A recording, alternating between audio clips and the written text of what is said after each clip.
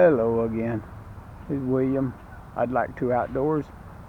And start off with, I'd like to thank you for joining me again for another Burn Friday Burn.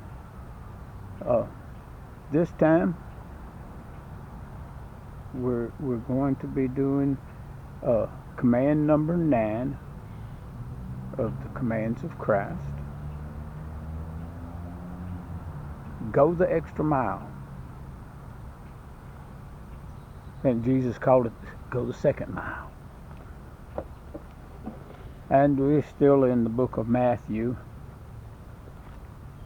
It seemed like he did a lot of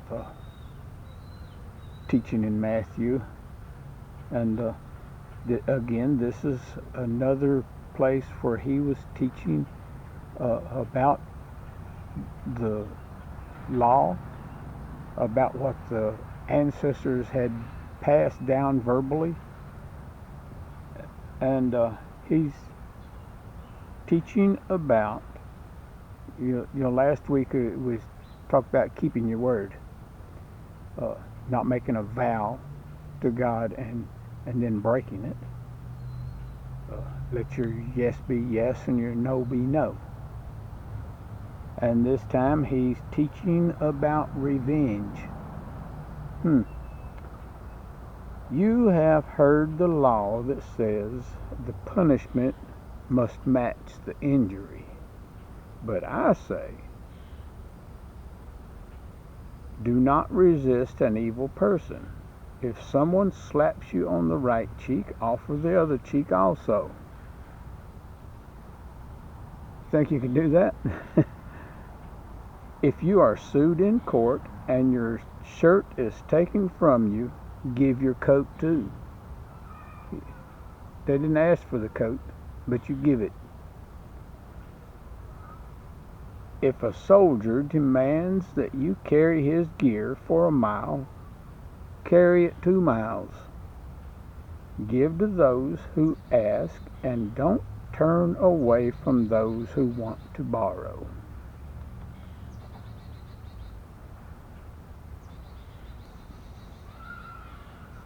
Today, in our time, at least for now, we're not under rule of another nation. And our soldiers are trained to carry their own load. But in Jesus' day, when he was walking the earth, Israel was under rule of the Roman Empire. And there was Roman soldiers everywhere. And it was their right, the Roman soldiers, it was their right to demand of the Jews to carry their pack a mile.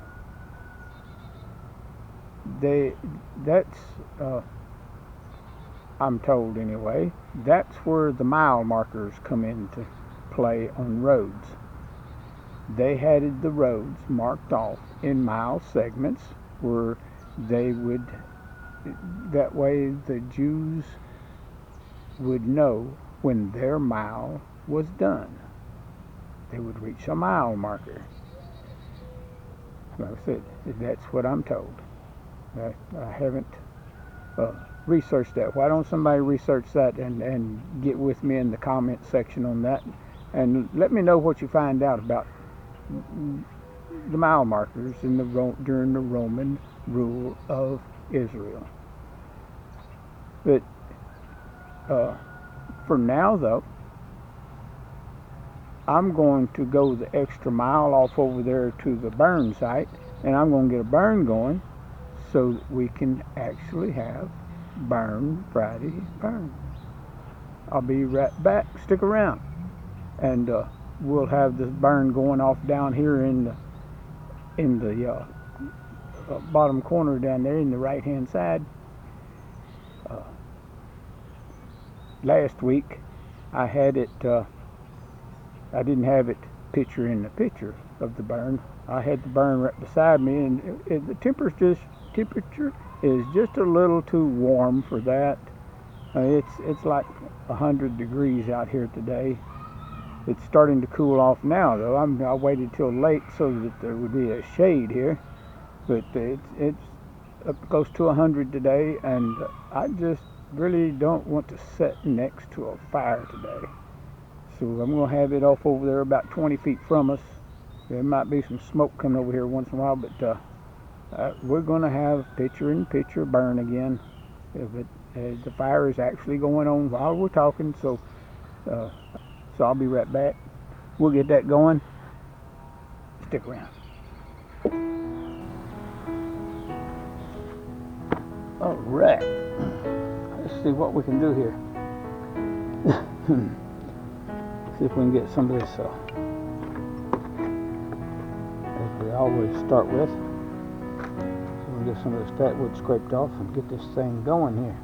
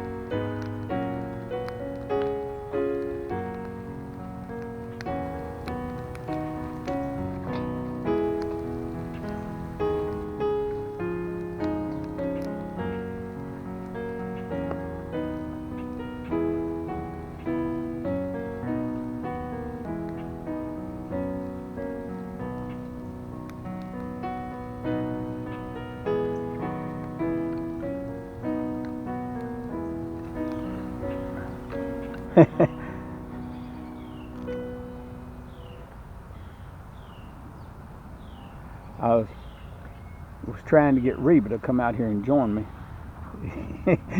She thinks it's too hot, I guess, because she refused to come. So I was just laughing at her. She said, I'm going to lay here on the back steps and watch from a distance. So I'm going to read that passage again out of Matthew chapter 5, verses 38 through 42. You have heard the law that says the punishment must match the injury.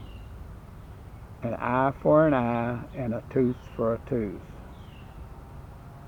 That was it was come out of the book of Exodus, chapter 21, verse 24. And there was 3 different places where that was. Exodus was just one of the places where they talked about, where Moses talked to the people about the laws about revenge and punishment. Leviticus and in Deuteronomy was two other places where it was. But I say, Jesus talking now, but I say, do not resist an evil person. If someone slaps you on the right cheek, offer the other cheek also. If you are sued in court and your shirt is taken from you, give your coat too. If a soldier demands that you carry his gear for a mile, carry it 2 miles. Give to those who ask, and don't turn away from those who want to borrow. The Greek mile, I got a note here that I wrote down in my Bible. Their mile was 4,854 feet. Well, that's good to know. And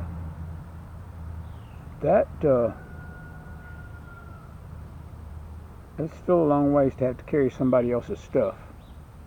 But the Romans were ruling, and the people who didn't want, I guess it was pretty easy to get yourself killed then by disobeying the ruling authorities. And especially the soldiers, they didn't mind killing people. Reba finally decided to come out here.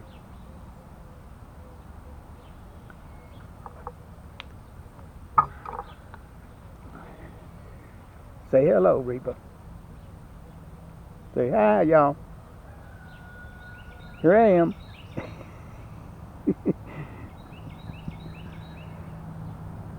But like I said earlier, we're not under that kind of rule and that kind of law anymore. I guess if you're in prison, the authorities, they have inmate crews that go out and clean up sides of highways and cut bushes and stuff. And so I guess there is a law that demands of a person to go and do things that they don't want to do. So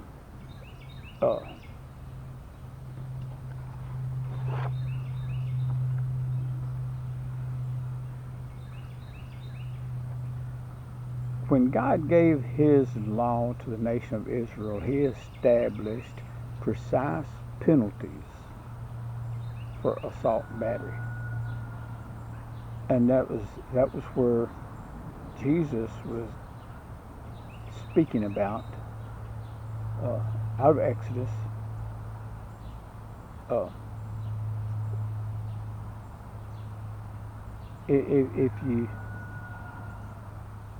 If you're in a fight and you hurt a woman who is with child and the child dies, the law said that life for life.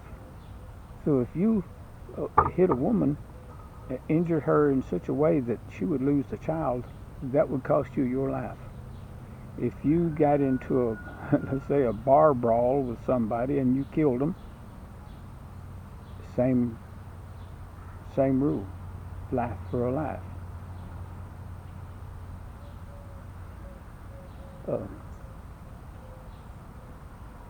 And the law said a false witness.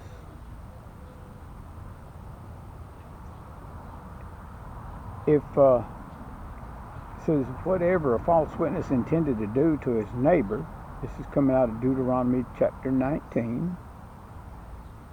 Whatever a false witness intended to do to his neighbor will be done to him. What? You better not lie on somebody in court. Today, it's called perjury, I believe, where you are sworn, where you swear to tell the truth. There you go again, keeping your word. Like from last week. Then you lie to the court. They find out about it. There is a penalty. In those days, in the days that the law was handed down to the Jews,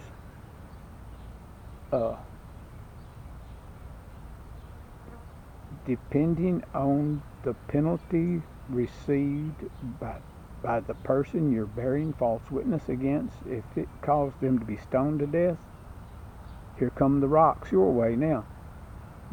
If it caused them, if there was a thief, they had different ways of dealing with issues. I guess it depended on what part of the country you was in. The law said, "And thine eye shall not pity, but life shall go for life, eye for eye, tooth for tooth, hand for hand, foot for foot." So apparently there was a penalty in the law that caused someone's hand to be taken from them, or a foot, or eye. And if you bear false witness, it was you that had to pay the penalty as well. There was a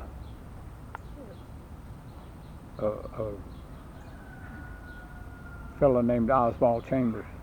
He did quite a bit of writing, a lot of preaching, and he wrote. I read this in one of his writings. Never look for right in the other man, but never cease to be right yourself. Never look for justice, but never cease to give it. He knew about going the extra mile, going the second mile for God.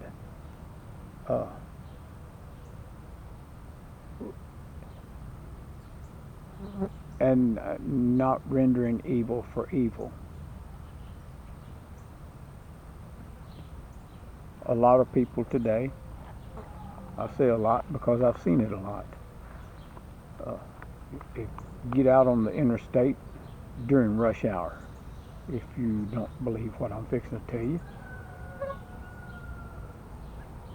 if somebody pulls over in front of someone because they think they're in the wrong lane to make their turn, they want to stay in the fast lane and then cut off somebody in the slow lane so they can make their exit, and the person they cut off gets upset about it, chases them in their vehicle just so they can cut them off too, giving evil for evil instead of just letting them go and being done with it. But there is a time when you resist evil. In the book of James, chapter 4, verse number 7, God instructs us to resist the devil and he will flee. So there is a time when you have to resist evil. And that was, like I was just mentioned briefly there, if someone cut you off in traffic, resisting the evil thoughts that you had toward them would be resisting the devil. Resisting the sinful nature and doing good instead of evil. In 1 Peter, that part that I was saying earlier, not rendering evil for evil or railing for railing, but contrariwise, blessing, knowing that you are thereunto called, that you should inherit a blessing. So somebody speak evil of you, speak blessing on them. Talking nice thoughts don't constitute us being disciples. but it's going the second mile with God that proves that we are. Our relationship with Jesus is what speaks louder. Our relationship speaks louder than everything else. Not what we say or do. When our whole being says the same thing, then we are rightly confessing Jesus with our lives. In our own minds, we're thinking, I should be recognized for this that I'm doing, or for speaking about Christ. But no, he said that going the extra mile, proving that you are a true disciple, going the second mile, not speaking the second word.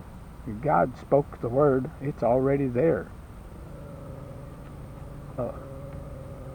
Being a disciple of Jesus Christ means that Jesus is my immeasurable satisfaction every moment of every day, no matter how I feel or think. And going the second mile is when Jesus remains my joy, even under the most displeasing situations, because in my attitude, Jesus is still Lord of all. And that's one thing one reason we have to live before the world as a light, just like the Lord said we need to do. You don't want to hide. You get out there where you can be seen so that people can see how you live your life, that you are a follower. You take on the characteristics of Christ.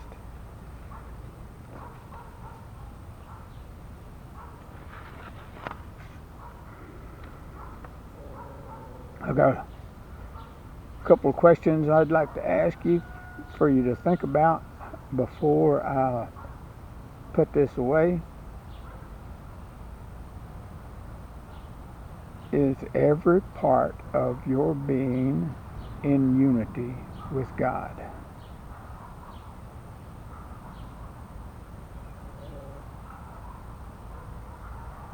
Good question, huh? Are you willing today to go the second mile with God? No matter how you feel, no matter how people of the world talk about you or act toward you, are you going to remain a true follower of Jesus Christ? Remaining inside the guidelines that he has set forth in his word. So I hope that you will at least look up the scriptures that I've posted on the screen.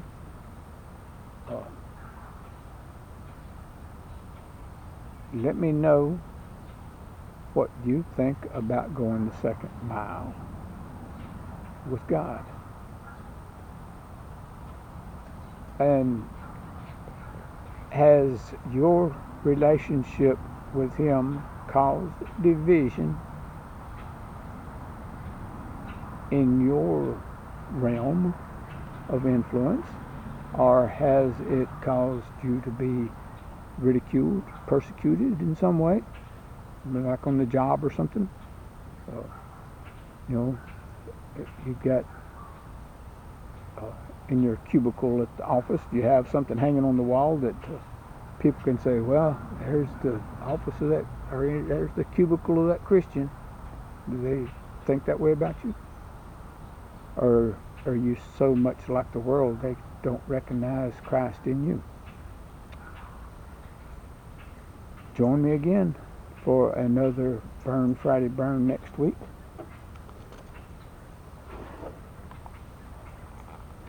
Like I said, I'm just briefly touching on these commands because it would take hours on end to cover just one of them. And next week, command number 10 is really going to be one that burns you up. Love your enemies. So until then, I will say start in advance. Start loving your enemies now. And then next week when we talk about it, you will have an advantage over those that haven't. So we'll see you then. Join me then, won't you? And Reba, she might show up again next week.